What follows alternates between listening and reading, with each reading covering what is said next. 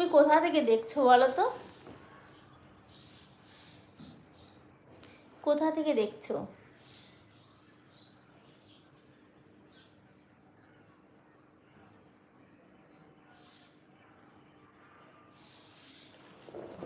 ওগুলো সব আমার কাছেই আছে।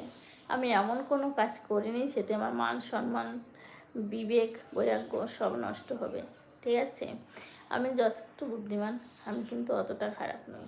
তুমি যেটা ভাবছো, তুমি যতগুলো কথা কমেন্ট করছো, জানি না তুমি কি ভেবে ভেবে ভেবে ভেবে এক একটা কমেন্ট করছো।